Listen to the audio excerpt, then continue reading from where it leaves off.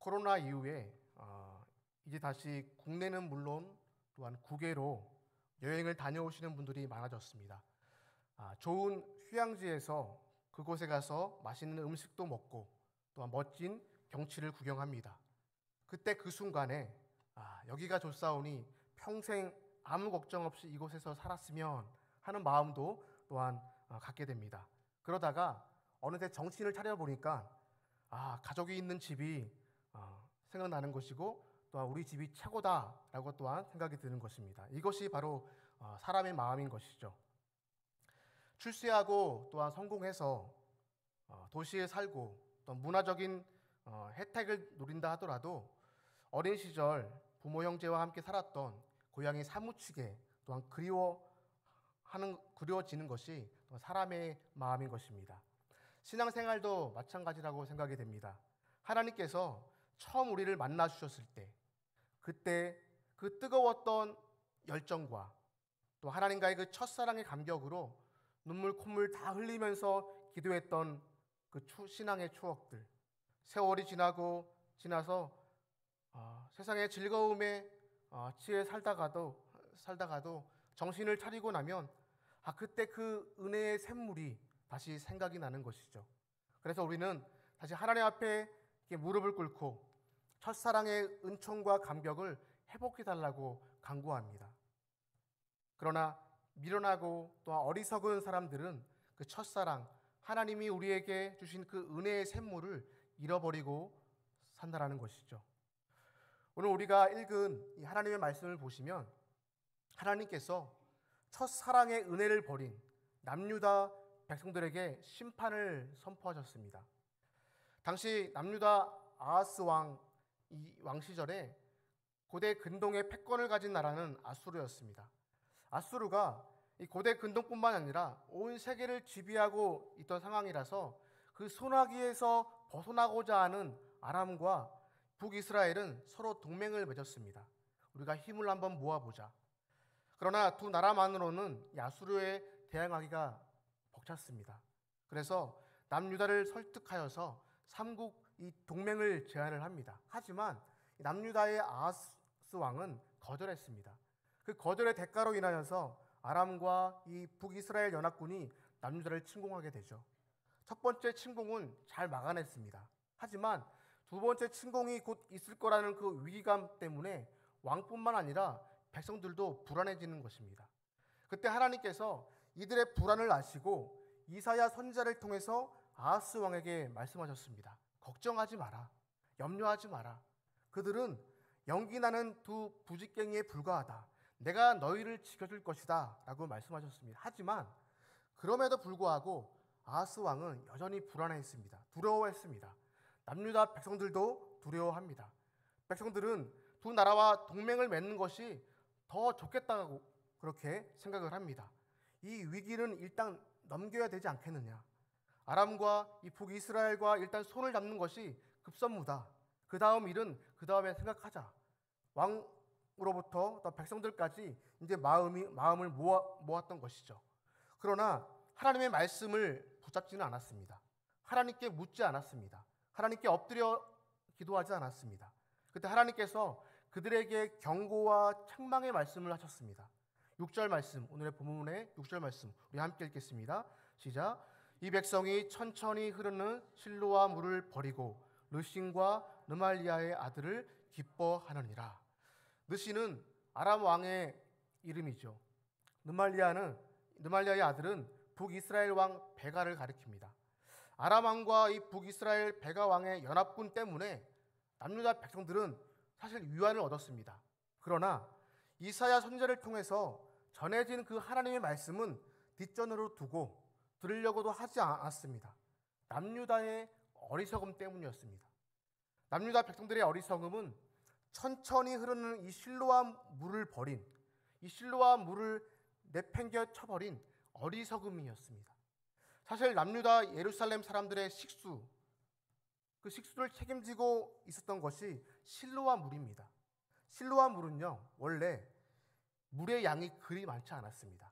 수로의 기울기도 경사가 그렇게 급하지 않아서 졸졸졸 천천히 흐르는 물이었습니다. 하지만 이 실로암 물은 오랫동안 예루살렘 사람들의 목마름을 해결해 주었던 고마운 식수입니다. 이사야 선지자를 통해서 주신 말씀은 그들에게 기회를 주신 하나님의 은혜입니다. 즉 실로암 물은 하나님의 은혜의 샘물인 것이죠. 남유다를 향한 하나님의 말씀에 담겨진 메시지는 아람과 이 북이스라엘과 이 손잡고 하나님의 그 은혜의 물을 버리는 그 악행을 책망하셨던 하나님의 말씀이셨던 것입니다. 하나님께서 이런 사람들을 가리켜서 이제는 가만히 두지 않겠다라고 말씀을 하십니다. 너희가 천천히 흐르는 이 실로암 물을 버리고 북쪽 아람과 이스라엘을 부러워하고 있구나. 이제 내가 너희들에게 크게 흐르는 강물을 보내주겠다. 여러분 7절 말씀 보십시오. 우리 함께 읽겠습니다. 7절 같이 읽겠습니다. 시작. 그러므로 주 내가 흉용하고 창이랑 큰 하수 곧 아수르 왕과 그의 모든 위력으로 그들을 뒤엎을 것이라. 그 모든 골짜기에 차고 모든 언덕에 넘쳐. 아수르라는 그 큰 강물을 너희에게 보내시겠다라는 거예요. 그래서 그 강물이 모든 유다를 삼켜버리고 예루살렘 턱 밑까지 차게 만드시겠다라는 거죠. 우리가 잘 알고 있듯이 지금은 장마철 기간입니다. 지난주는 중부 아래 이 충청도를 기점으로 아랫지방으로 큰 비가 내렸습니다. 금주에는 수도권을 중심으로 해서 많은 또한 비가 예보되어 있습니다. 여러분 이 장마 기간에 큰 비를 만나서 강이 넘치게 되면 범람하고 그 물이 구석구석으로 흘러가게 되어 있습니다. 불이 지나간 자리는 재라도 남아 있는데 물이 지나간 자리는 하나도 남겨두는 것이 없습니다. 그대로 쓸려 아무것도 남지 않는 것이 옛 어른들이 하시는 말씀이죠. 그런데 그 당시 남유다의 문제는 그들의 어리석음이 여러분 무엇이었습니까? 그 인생들을 친히 지키시고 보호하시는 그 하나님의 말씀에 귀를 기울이고 그 말씀을 지켜나가는 신앙생활이 그들은 싫었던 것입니다. 눈으로 봤을 때 작고 초라하고 보잘것없는 이 이스라엘보다 그들 눈에는 아람이 좋아 보이는 것입니다. 아수르가 좋아 보이는 것이죠. 말로는 하나님의 백성이고 하나님을 섬긴다고 명분은 가지고 있지만 그들의 마음이 이미 다 빼앗겨 버린 것입니다. 그때 하나님께서 그래 너희의 마음의 소원이 이거였냐? 천천히 흐르는 그 실로와 물보다 저 크고 넘실거리는 물이 부러웠구나. 내가 크고 넘실거리는 강물을 이제 너희에게 보내주겠다. 하나님의 심판이었습니다. 하나님의 경고였던 것이죠. 그들은 저기 큰 강물이 우리에게 오는구나. 와 크다. 지금까지 보지 못했던 큰 강물이 우리에게 오고 있구나. 야 이거 좋은 일이 있다라는 그러한 일이 아닌가. 하지만 이것이 좋은 건지 그렇지 않은 건지 분별하지 못하는 그 어리석음에 빠진 것이요. 여러분 8절 말씀 보십시오. 8절 말씀 보시면 제가 읽어드리겠습니다. 흘러 유다에 들어와서 가득하여 목에까지 미치니라. 남유다의 수도인 이 예루살렘까지 점령당할 그런 형편을 지금 말하고 있는 거죠. 남유다가 이제는 살려달라고 아수르 나라에게 도와달라고 그러니까 아수르 나라가 올 것이 왔구나. 전쟁을 일으켜서 작은 나라들을 하나하나 접수하려고 했는데 유다가 우리를 지금 부르는구나. 북쪽에서부터 빗자루로 쓸듯이 내려가야 됐구나. 그때가 바로 BC 732년 또는 733년을 쪽으로 보고 있습니다. 그 어간에 이 아수르 아래에 있는 아람 나라를 거쳐서 그 시작으로 접수를 하고 그로부터 한 10년 뒤에 북쪽 이스라엘을 접수를 하죠. 여기까지만 하고 다시 위로 다시 올라가면은 좋으련만 이 여세를 몰아가지고 남쪽 유다까지 머릿속에 계획을 하고 있었던 거죠. 이제 온 유다 땅에 예루살렘 문턱에까지 수많은 아수르 군대가 편만하게 되었을 때 남유다 입장에서는 그 상황, 그 자체가 바로 하나님의 심판이었던 것입니다. 그런데 그 상황에서 아수르 군대가 온 유다를 점령하게 될 그 일보 직전에 이사야 선지자는 이렇게 외칩니다. 임마누엘, 임마누엘이라고 외치죠. 상황은 지금 아수르의 군대가 남유다를 점령하고 앞두고 있는 거죠. 그죠? 그런데 그런 현실을 두고 하나님의 임재를 외치고 있는 거죠. 임마누엘. 하나님이 우리와 함께 하신다. 8장 8절 말씀 우리 함께 읽겠습니다. 시작. 흘러 유다에 들어와서 가득하여 목에까지 미치니라. 임마누엘이여 그가 펴놓은 날개가 내 땅에 가득하리라 하셨느니라. 지금 온 유대가, 온 예루살렘이 아수르 군대에 의해서 가득 찬 상황이 된 그 현실 앞에서 생각해 볼 때는요, 여러분, 한편으로는 하나님의 선민에게는 지금 위기이죠. 그러나 다른 한편으로는 이 위기의 현실이 하나님의 그 간섭하심을 통해서 일어난 현실일 때는 성도들에게 닥치는 그 위기가 바로 위기만이 아니라 바로 회개할 기회라는 것이죠. 돌이킬 수 있는 기회, 하나님께로 다시 돌이킬 수 있는 기회라는 거죠. 하나님을 만날 수 있는 기회라는 거죠. 첫사랑을 회복할 수 있는 기회였다라는 것입니다. 하나님을 떠난 그 마음, 하나님을 떠나고 세상을 바라고 세상에 정 붙이고 살았던 그 마음이 이 위기를 통해서 하나님께로 돌아올 기회가 되었다라는 것입니다.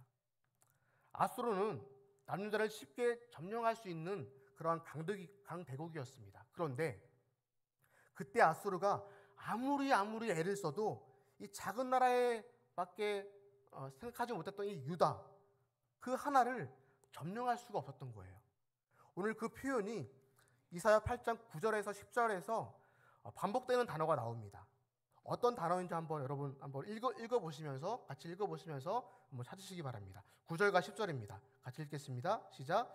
너희 민족들아 함성을 질러 보아라. 그러나 끝내 패망하리라. 너희 먼 나라 백성들아 들을지어다. 너희 허리를 돌리라. 그러나 끝내 패망하리라. 너희 허리에 띠를 따라. 그러나 끝내 패망하리라. 10절. 너희는 함께 계획하라. 그러나 끝내 이루지 못하리라. 말을 해 보아라. 끝내 시행되지 못하리라. 이는 하나님이 우리와 함께 계심이니라. 반복되는 단어가 뭐죠? 끝내. 몇 번 나옵니까? 몇 번 나오죠? 그냥 읽으셨죠? 5번 나옵니다. 5번 반복해서. 군대가 지금 예루살렘과 유다를 점령하기 위해서 소리를 지르고 있습니다. 함성을 질러 보아라. 허리띠를 띠고 동여 매고 작전을 짜고 나팔을 불고 그러나 끝내 점령하지 못하는 거죠. 점령은커녕 그들이 전부 패망하는 거죠. 싸움이 안 되는 두 팀이었습니다. 여러분, 아수르가 끝내 유다를 점령하지 못하였습니다. 이해가 안 되는 거죠. 도대체 이런 일이 어떻게 일어날 수 있었던 것인가? 그 이유가 무엇입니까? 8장 10절 하반절 다시 한번 보십시오. 이는 하나님이 우리와 함께 계심이라. 어떻게 강한 그 강대국이었던 아수르가 유다를 점령하지 못했는가? 유다 왕의 용맹 때문이었나요? 유다의 장수들의 용맹 때문이었습니까? 왕과 장수들의 기발했던 전략 때문이었습니까? 아니었죠. 이는 하나님이 우리와 함께 계심이니라. 성도가 신앙생활을 하다 보면, 신앙 인생길을 우리가 가다 보면 곁길로 가고 또한 가다 보면 실수도 하고, 교회는 세상으로부터 또한 비난도 받고 오해도 받는다 할지라도 그럼에도 불구하고 이 땅 가운데서 주님의 교회가 보존되고 주의 말씀의 진리가 보존되고 진리의 깃발을 흔들며 존재하는 것은 교회가 돈이 많고 적음이 아니라, 사람들이 잘나고 못남이 아니라 이는 하나님이 함께 계시기 때문입니다. 이 은혜가 우리 교회와 또한 여러분들의 성도님들의 가정에 함께 하시기를 소망합니다. 때문에 그 하나님께서 성도들에게 성도가 되신다라고 말씀하십니다. 13절과 14절 말씀 우리 같이 함께 읽겠습니다. 같이 읽겠습니다. 시작. 만군의 여호와 그를 너희가 거룩하다 하고 그를 너희가 두려워하며 무서워할 자로 삼으라. 그가 성소가 되시리라. 그러나 이스라엘의 두 집에는 걸림돌과 넘어지는 반석이 되실 것이며 예루살렘 주민에게는 함정과 올무가 되시리니. 유다 사람들은 생각합니다. 예루살렘에 하나님의 성전이 있기 때문에 그 성전을 출입하면서 우리는 성전을 출입하니까 우리는 안심이다. 여기 예루살렘에 하나님의 성전이 있으니까 우리는 평안하다. 그러나 그 성전이 문제가 아니라 하나님께서 친히 성소가 되신다 말씀하고 있는 거예요. 이 표현을 쓰고 있습니다. 이게 얼마나 여러분 가장 큰 은혜이고 위로의 말씀입니까? 여호와 그가 성소가 되시리라. 진정 하나님의 백성, 선민이 의지할 곳은 아수르가 아닙니다. 큰 규모가 아닙니다. 큰 힘이 아닙니다. 선민이 의지할 곳은, 하나님의 백성들이 의지할 곳은 여호와 하나님이십니다. 성소란 무엇입니까? 거룩한 곳이죠. 성소, 구별된 곳이죠. 예배하는 곳입니다. 경배하는 곳입니다. 복을 받는 곳입니다.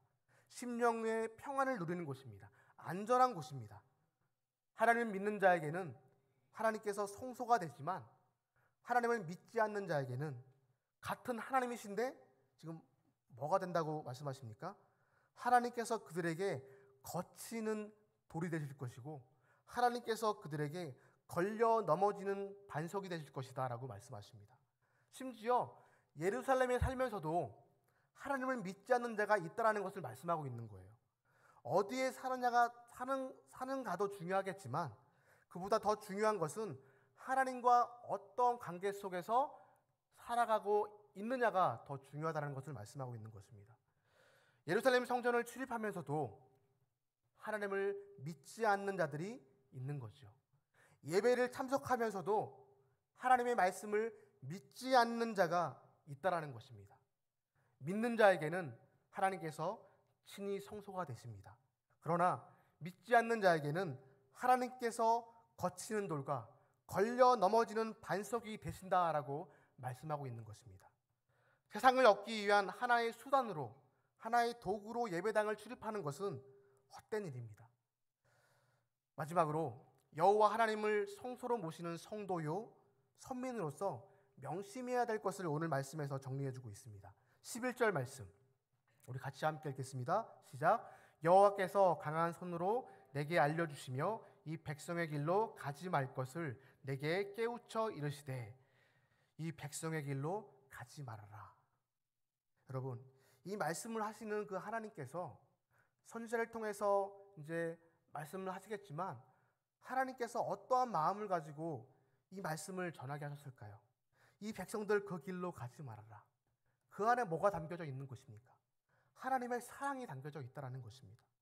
여기서 말하는 이 백성이 어떤 백성입니까? 이방 백성이 아니죠. 이 백성은 유다에 삽니다. 유다에 살면서 예루살렘에 살면서도 그 마음이 지금 어디에 있는 백성이었냐? 마음이 북쪽 이스라엘에 가 있습니다. 마음이 아람에 가 있고요. 마음이 아수르에 가 있는 그 사람들입니다. 형식적으로는 신앙 울타리에 함께 있지만 실제 신앙을 버린 사람들의 행태로 지금 살아가고 있다는 거죠.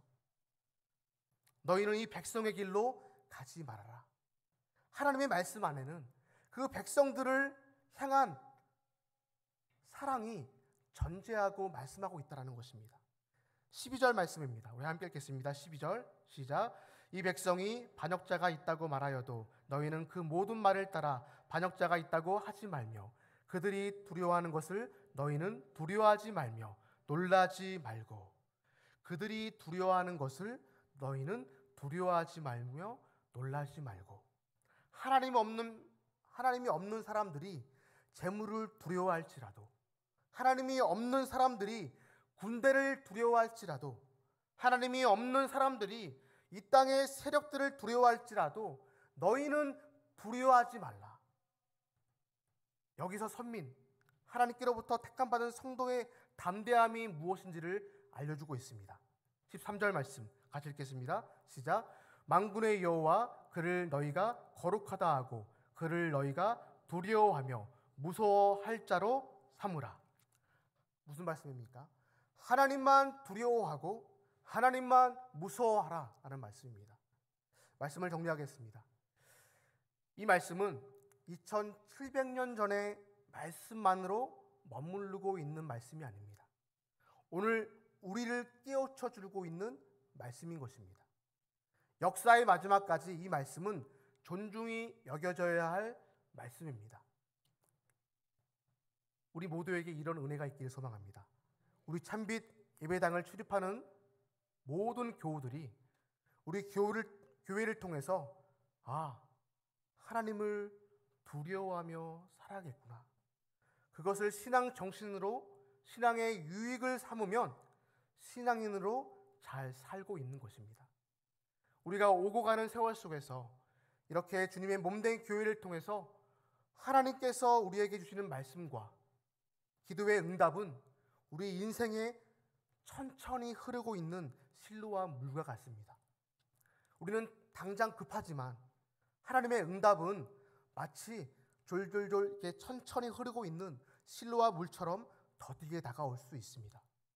돌이켜 생각해 보면 여기까지 올 수 있었던 것은 하나님이 천천히 흐르는 이 실로와 물로 우리의 인생을 적셔주시고 감싸주시고 은혜의 물로 마시게 하셔서 가능했던 것입니다.